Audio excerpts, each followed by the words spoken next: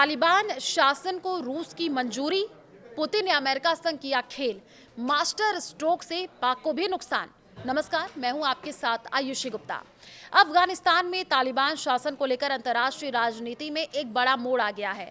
रूस ने हाल ही में तालिबान सरकार को आधिकारिक रूप से मान्यता दे दी, जो दुनिया का पहला देश बन गया है जिसने इस्लामिक अमीरात ऑफ अफगानिस्तान को वैध सरकार के रूप में स्वीकार किया। रूसी राष्ट्रपति व्लादिमीर पुतिन का ये कदम न केवल अमेरिका के लिए एक झटका है, बल्कि पाकिस्तान को भी गहरा नुकसान पहुंचाने वाला साबित हो रहा है। आइए आपको इस पूरे घटना के बारे में बताते हैं और कारणों प्रभावों पर भी विस्तार डालते हैं। तो जो अपडेट्स निकल करके सामने आए हैं, जुलाई 2025 में हुई इस मान्यता के बाद के विकासों को शामिल करता है। यानी तालिबान को रूस की मान्यता कैसे और क्यों हुआ ये कदम। 2021 में अमेरिकी सेना की वापसी के बाद तालिबान ने अफगानिस्तान पर कब्जा कर लिया था।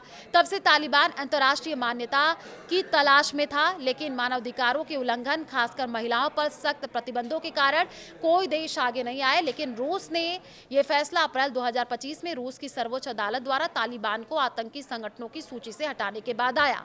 पुतिन ने जुलाई 2024 में ही तालिबान को आतंकवाद के खिलाफ सहयोगी करार दिया था, खासकर इस्लामिक स्टेट खोरासन प्रांत ISIS-K के खिलाफ। ISIS-K ने 2024 में मॉस्को के एक कॉन्सर्ट हॉल पर हमला किया था, जिसमें 149 लोग मारे गए थे। रूस के लिए अफगानिस्तानी सुरक्षा खतरे को कम करना प्राथमिकता। मॉस्को तालिबान के साथ ऊर्जा, व्यापार, कृषि और बुनियादी ढांचे के क्षेत्रों में सहयोग बढ़ाने की योजना बना रहा है। अफगान विदेश मंत्री अमीर खान मुत्तकी ने इसे अन्य देशों के लिए उदाहरण बताया है। तो रूस का ये कदम प्रतीकात्मक ज्यादा है, लेकिन आर्थिक रूप से भी फायदेमंद। 2022 से ही रूस अफगानिस्तान को गेहूं, तेल और गैस निर्यात कर रहा है। तालिबान ने रूस के साथ सहयोग के संकेत दिए हैं, जिसके मॉस्को को दक्षिण एशिया में नया बाजार मिला। लेकिन पश्चिमी देशों ने इसकी आलोचना की है, क्योंकि तालिबान महिलाओं की शिक्षा और नौकरियों पर प्रतिबंध लगाए हुए हैं, जिससे संयुक्त राष्ट्र जेंडर अपाथित कहते हैं। और आपको अब बताते चलते हैं कि इस पूरे मामले में आगे क्या कुछ निकल करके सामने आ रहा है। यानी पुतिन का अमेरिका के साथ खेल, मास्टर स्ट्रोक कैसे साबित हो रहा है।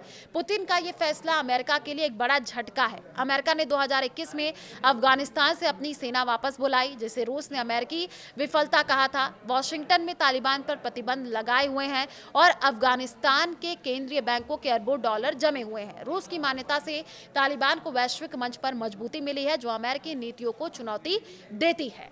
तो ये पुतिन का क्या रणनीतिक खेल है। यूक्रेन युद्ध के बीच रूस पश्चिमी प्रतिबंधों से जूझ रहा है। तालिबान को मान्यता देकर पुतिन मुस्लिम दुनिया और एशियाई देशों को अपने पक्ष में करने की कोशिश कर रहा है। चीन ने इस कदम का स्वागत किया है, जो तालिबान के साथ आर्थिक समझौते कर चुका है। अमेरिका लिए ये चिंता का विषय है, क्योंकि इससे क्षेत्रीय सुरक्षा प्रभावित हो सकती है। विशेषज्ञों का कहना है कि रूस तालिबान को आतंकवाद विरोधी साझेदार के रूप में पेश कर रहा है, लेकिन तालिबान के अल कायदा और अन्य समूहों से संबंध बने हुए हैं।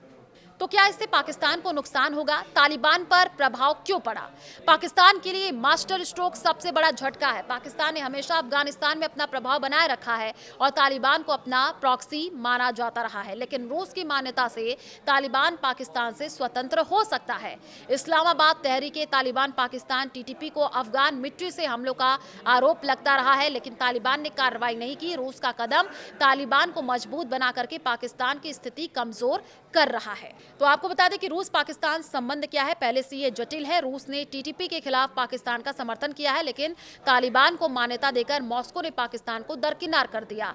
विशेषज्ञों के अनुसार इससे भारत को फायदा हो सकता है, क्योंकि तालिबान पाकिस्तान समर्थित आतंकी समूहों से दूर हो सकता है। पाकिस्तान की अर्थव्यवस्था पहले ही कमजोर है और अफगानिस्तान में खोया प्रभाव इससे और नुकसान पहुंचाएगा। सितंबर 2025 में पाकिस्तान ने रूस से ऊर्जा आयात बढ़ाने की बात की, लेकिन तालिबान मुद्दे पर तनाव बरकरार है।